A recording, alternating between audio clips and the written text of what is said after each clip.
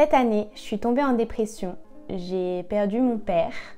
J'ai subi pendant 6 mois des traitements psychologiques comme chimiques. Je me suis séparée de mon premier amour, mais ça reste pour autant la plus belle année de toute ma vie. Et toi ?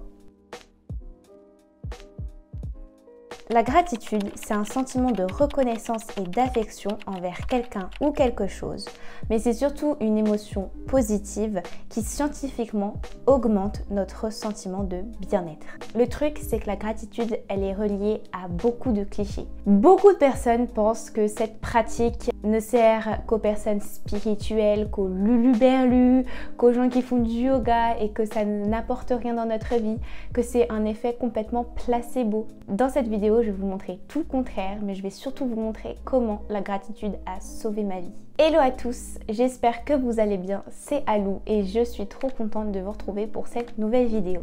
J'espère que vous passez un très bon début d'année, en tout cas pour moi c'est chill et j'ai décidé, si ce n'était pas le cas, de vous aider avec cette vidéo. Cette vidéo, vous pouvez le prendre comme un guide pour mieux commencer votre année 2023. Entre 2 années, on n'a qu'un réveillon pour faire le pas entre l'année entière qu'on vient de passer et la prochaine qui nous attend. Et donc j'ai décidé de faire cette vidéo qui peut vous servir comme recueillement avant votre année 2023. En tout cas, créer ce petit moment que vous allez pouvoir dédier à votre année qui vient de défiler. Et je trouve que c'était une bonne idée en fait de lier ça à la gratitude. Ça m'a changé la vie. Sincèrement, ça m'a plus aidé que mes séances de psy quoi. Donc du coup, j'ai décidé de vous montrer à quel point la gratitude nous aide à changer notre point de vue sur la vie en fait. Personnellement, cette année, j'ai fêté le nouvel an avec ma famille et ce qu'on a fait, c'est qu'on a fait un tour de table. Quelle note on donne à notre année? J'ai été surprise de la note de ma maman qui a donné une note pas terrible parce que elle a très mal vécu ma dépression. Alors que moi, qui ai vécu pleinement cette dépression avec beaucoup d'événements à côté, etc., j'ai mis un 9 sur 10. En effet, j'ai commencé 2022 avec une dépression sévère. Pour ceux qui veulent savoir plus précisément les causes de ma dépression, pourquoi je suis tombée en dépression sévère, je vous invite à aller voir ma première vidéo, celle que j'ai sortie en premier quand j'ai ouvert ma chaîne, qui raconte toute l'histoire de mon épisode dépressif. Ici, je vais pas épiloguer les pourquoi du comment. J'avais des envies suicidaires en février tous les jours. Je commençais à avoir des TCA, à ne plus manger, ne plus m'alimenter. Je me laissais mourir en fait. Vraiment, je me laissais mourir. J'avais du coup des TCA, des troubles anxieux avec réverbération physique parce que mon corps ne voulait plus m'écouter. Il a lâché en fait dès que j'ai lâché la bombe à mes parents et dès que j'en ai parlé. Des pensées suicidaires et des troubles de dépersonnalisation et de déréalisation. J'avais le combo bongo banco final pendant le mois de février et le mois de mars, c'était terrible. Et là rentre la gratitude, c'est que ma dépression, je ne l'ai pas vécue seule, je l'ai vécue accompagnée. C'est pour ça que j'en garde un trop bon souvenir parce que ça a été un moment où je me suis laissée aller. Je n'ai jamais autant lâché prise que pendant ma dépression, où j'ai complètement lâché mon corps et je lui ai dit écoute, fais ta vie, on arrête tout, on stoppe tout. C'était une période de lâcher prise intense, une période où ma mère, ma famille me comprenait enfin. Ma mère a donné 95% de son temps à ma personne. Elles étaient toujours là à mon chevet, ma soeur, ma mère, tout le monde était à mon chevet pour m'aider à aller mieux en fait. Et donc cette période de dépression, je la vivais mal malgré moi parce que j'étais sous le coup des symptômes en fait, mentaux comme physiques. Mais c'est la période où j'ai été plus soutenue toute ma vie. Donc du coup, malgré cette période de ultra sombre de ma vie, que j'aurais pu encore aujourd'hui me victimiser dessus, non mais franchement mes traumas d'enfance, je les ai pas mérités, ça me fout en dépression, etc. C'est ce que je me disais de base. Mais quand on change le point de vue et qu'on utilise la gratitude, cette dépression, elle m'a appris énormément de choses sur moi. Elle m'a appris à me connaître. Je sais reconnaître maintenant tous les petits trucs que mon corps me fait ressentir. Quand ma tête commence à m'envoyer des signaux comme quoi ça va pas bien, j'arrive à les reconnaître et je sais qu'à ce moment-là, il faut que je stoppe, il faut que je lâche prise, il faut que je respire, il faut que j'aille me coucher. Ça m'a appris du coup à savoir que je me mettais trop la pression, que j'étais trop bourreau avec moi, que j'étais pas assez gentille, que je m'aimais pas vraiment, que j'avais pas vraiment confiance en moi, en mes capacités, que j'avais encore plein de choses à traiter par rapport à moi-même. Ça m'a aussi appris que je suis très forte comme personne. Ma dépression, elle m'a appris que j'étais très très forte en fait. On peut me mettre au sol, mon corps peut me lâcher, tout mon entourage peut me lâcher, je serai encore vivante le lendemain. Voilà, d'avoir vécu ça et de l'avoir surmonté et de n'avoir gardé que le positif, je suis juste très forte. Voilà, je suis juste très forte et ça me redonne de la confiance en moi, de l'estime de moi parce que pas tout le monde a vécu une dépression et on a souvent tendance à avoir une dépression comme une faiblesse alors que c'est une force, genre de ouf. De plus, la dépression, ça m'a fait faire un tri de mon entourage. Faut savoir que quand je suis tombée en dépression, j'ai gardé aujourd'hui que les personnes qui m'ont soutenue. Tout le monde y est passé, hein. C'était pas des personnes mauvaises ou quoi, mais c'est juste des personnes en fait qui tenaient pas vraiment à moi. Et donc ma dépression a fait un énorme tri parce que j'ai pu voir les personnes qui tenaient vraiment à moi, qui étaient prêts en fait à m'aider, à porter avec moi mes gros sacs de merde et ceux qui m'aidaient pas en fait. Et donc j'ai lâché, j'ai dit bisous. Ça dégage. Ça m'a aussi donné énormément de temps pour moi vu que je n'allais plus au lycée, que j'étais tout le temps toute seule.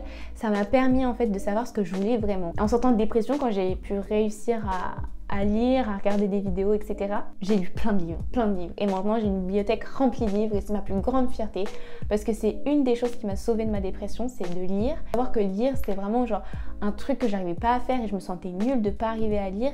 Bon, au final maintenant j'arrive à lire et même en anglais et donc... Voilà, ça m'a permis vraiment de me recentrer sur moi-même et sur ce que j'aimais en fait. Ma dépression m'a fait me rendre compte de tout ça en fait. Que mes passions, ce que j'aimais, c'était le plus important et c'était ça qui me tenait en vie en fait et pas la vie des gens. Ça m'a aussi appris que la vie n'est pas aussi sérieux que ce que je le pensais. Je suis très fière de ma mère parce que c'est pas quelqu'un qui naturellement ne va pas te mettre de pression. C'est quelqu'un qui pour que tu réussisses et que tu donnes le meilleur de toi va venir te mettre un peu de pression sur le dos. Oui, voilà. Du coup, j'ai toujours pris la vie extrêmement au sérieux. J'avais l'impression que j'étais en danger dans ma vie. Des choses que ma mère, elle a appris parce qu'elle a toujours été en survie dans sa vie.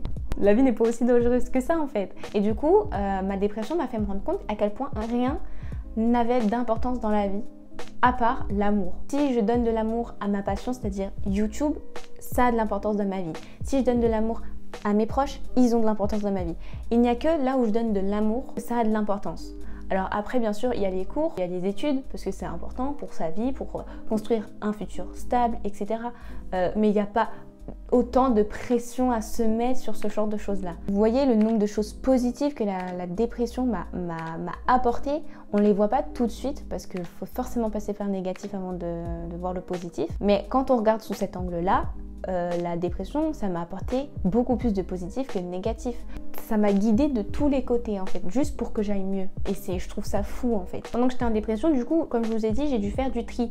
Et donc, j'ai dû rompre avec mon premier amour. Voilà. C'est important d'avoir un entourage qui te soutient vraiment parce que quand tu t'attaches aux gens qui te soutiennent pas vraiment, en fait, quand t'es mal, ça appuie le truc en fait. Ça rajoute de la négativité. Je suis en dépression et les personnes que j'aime le plus ne me soutiennent pas vraiment. C'est terrible! Alors vaut mieux pas avoir ces personnes-là, comme ça tu te dis pas ça, ça t'enlève un poids quand même. C'était ma première vraie rupture, c'était vraiment quelqu'un que j'appréciais énormément, c'était vraiment mon premier vrai couple on va dire. C'était quelqu'un que je connaissais de longtemps aussi, donc du coup bah voilà, c'est une partie de ma vie qui s'envolait un peu avec lui quoi. Je lui ai un peu laissé un bout de moi, il m'a laissé un bout de lui, mais ça m'a apporté beaucoup.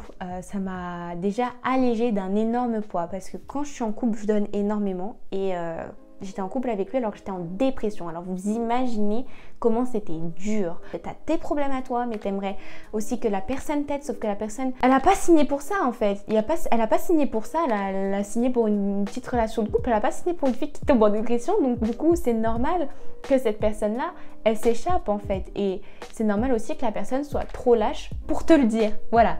C'est comme ça, c'est la vie. Donc du coup, bah, t'arrives à des situations où ça me mettait dans des étapes beaucoup trop complexes en fait. Ce que ça m'a apporté cette rupture, c'est que j'étais beaucoup plus libre en fait. Même mentalement, ça m'a pris un poids et ça l'a mis ailleurs. C'est compliqué les premiers jours, mais après, c'est bon. Genre, on fait vite le deuil de ça. De toute façon, j'étais passée par tellement plus dur que c'était...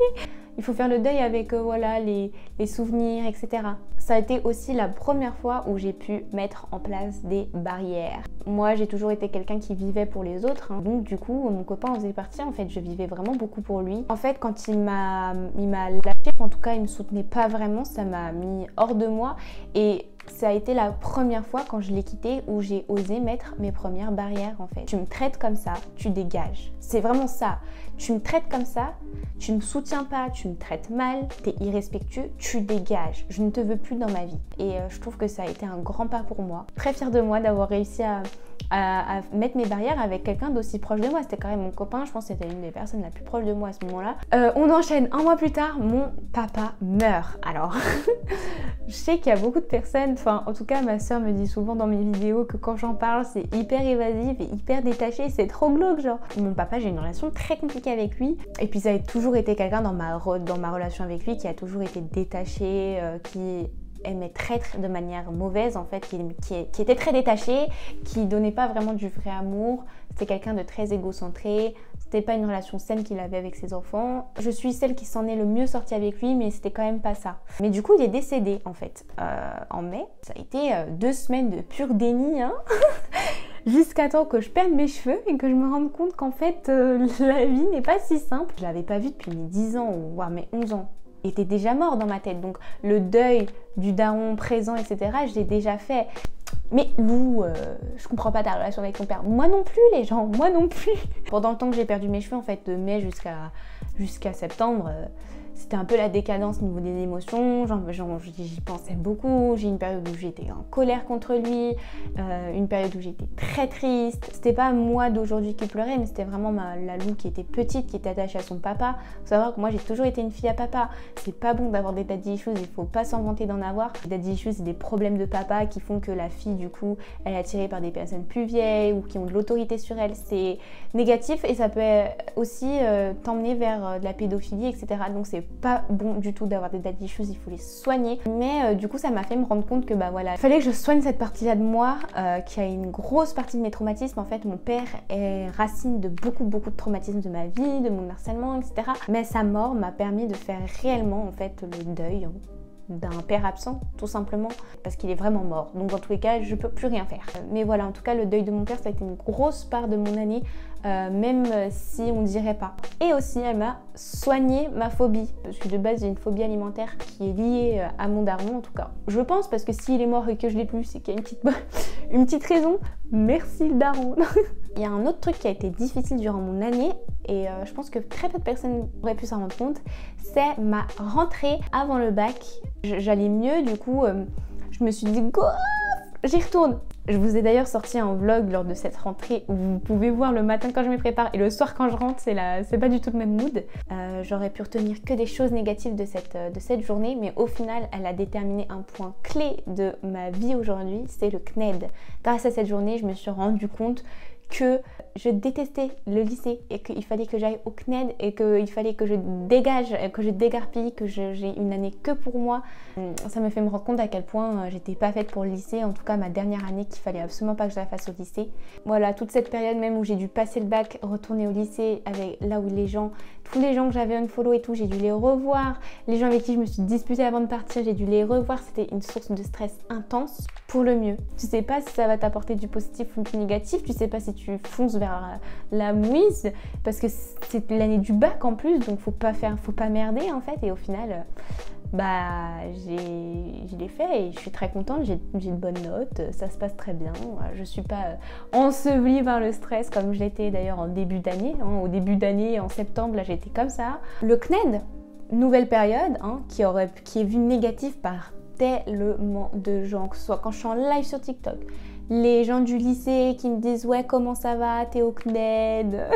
Genre vraiment ils sont tous en mode alors que pas du tout. Le CNED c'est vu comme un truc horrible. Le CNED ça m'a apporté tellement de choses bien, ça m'a permis d'avoir plus de temps pour moi, pour mes passions, pour vous faire des vidéos, pour lire plus souvent, pour moi, juste pour moi, pour regarder des vidéos, pour apprendre plus de choses, etc.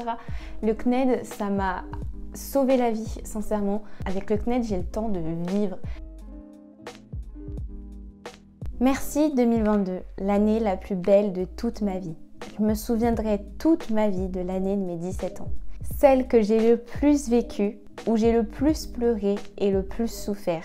Elle m'a tellement nettoyée et rendue plus forte. Cette année, je n'ai jamais été victime, une seule fois, de ces événements que je n'avais pas mérités. J'ai cette année été une putain de survivante, qui s'est relevée à chaque coup, qui n'a jamais baissé les bras et qui a fini l'année comme une chef, le sourire aux lèvres, plus épanouie que jamais, en ayant conscience de la chance de pouvoir vivre 2023. voilà, j'espère que cette vidéo vous aura plu, qu'elle vous aura peut-être aidé à voir votre année de manière plus positive et du coup à quitter 2022 de manière plus sereine. C'est vraiment ça que je voulais faire dans cette vidéo, vous aider à changer votre regard et la manière dont vous regardez votre année, mais surtout que ce petit temps que vous avez passé avec moi vous a aidé à faire la transition entre vos 2 années. Avant de commencer pleinement 2023, trouvez-vous un temps, genre juste 30 minutes où vous dites au revoir à 2022 parce que c'est important d'avoir ces temps de recueillement pour préparer vous, votre cerveau, votre corps à passer une nouvelle année. Je trouve que c'est un cap qui est hyper beau en fait, là, le passage d'une année à une autre, vraiment, je trouve ça trop bien. En tout cas, si cette vidéo t'a plu, n'hésite pas à liker, à commenter, vraiment, que ça permet de référencer ma vidéo et que je touche plus de monde. Donc ça m'apporte beaucoup de force. Bien sûr, t'abonner, activer la cloche et me suivre sur mes différents réseaux sociaux, tout est en barre d'infos. En tout cas, moi je vous laisse. Bonne année 2023, meilleurs vœux. J'espère que cette année va être favorable pour vous du fond du cœur. Et voilà quoi. En tout cas, sachez que cette année, vous allez voir ma tête énormément de fois dans votre fil d'actualité YouTube. Allez, bisous les sons!